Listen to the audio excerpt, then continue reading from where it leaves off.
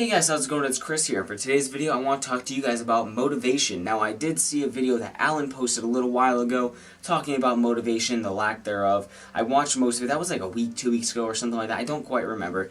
But it got me really thinking of what gets me unmotivated and how do I usually fix my lack of motivation, because I am a very unmotivated person a lot of times. There are days where I'm just like go, go, go, but a lot of days where I'm just sitting there like I just want to play Xbox all day and do nothing. We all have those days, and it's not bad to have those days. That's the first thing you need to understand. It's not bad to have a day where you just do nothing. That's totally okay, that's totally healthy, and it's a good way to sit there and encourage a healthy mind, is to take time to just recuperate yourself, to just let yourself think and not really do much, because we're all doing so much all the time.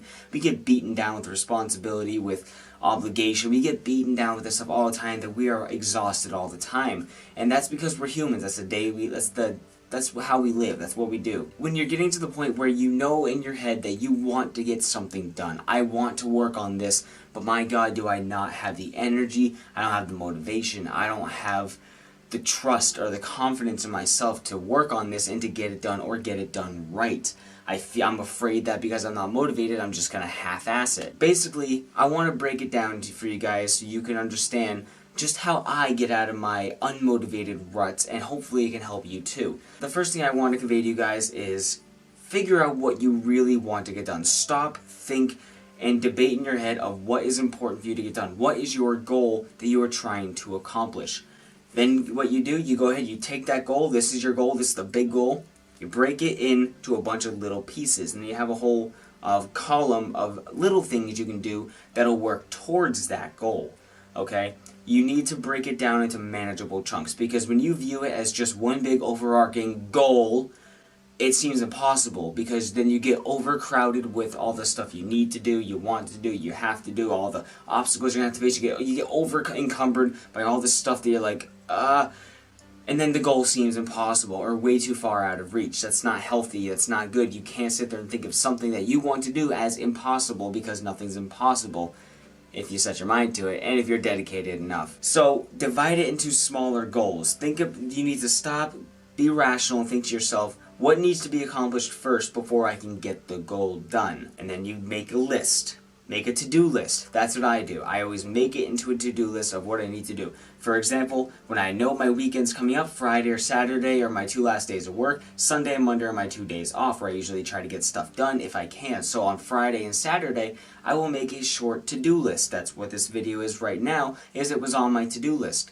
And I'll make that list so I can accomplish a few things to work towards my end goal, which is usually just be in a better mood at the beginning of the week. You know, start off. I need to get done all the stuff that I was putting off, i.e. dishes, or cleaning the rabbit's cage, or cleaning my office, because that gets very messy very quickly, vacuuming the floors, even just doing just general chores around the house, because that stuff piles up throughout the week, so we don't have time to spend a day throughout the week, because we work like 5, 6, 7 days in a row.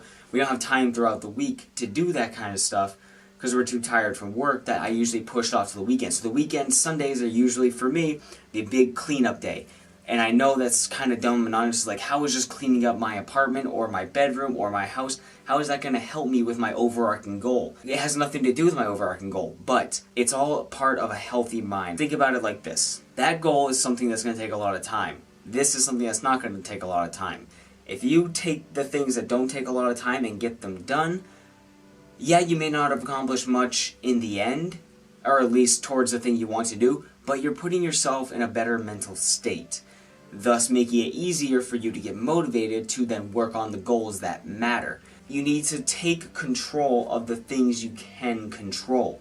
If you try to start your brain thinking, work on the big goal, you're not going to get anything done. You need to do all the small things first, which will build towards the big goal. I know it's kind of messy the way I'm explaining it, and I'm repeating myself, but that's the general gist of it, is break it down, break the big goal down into small pieces, and then do some stuff below that, small things that you can control, stuff that'll help you essentially hype yourself up, get yourself in a better mood, in a better mental state, make yourself feel more accomplished, because if you feel positive, you're going to be way more likely to be motivated to then work on the next thing. And if you're still having trouble with that, what I suggest is ingest the things that relate to your goal. So if your goal is making a short film, if you're a film student and you're making a short film but you don't have the motivation to do it, watch a bunch of short film stuff. Watch a bunch of movies or TV shows, or listen to music that relate to your project, that relate to your goal.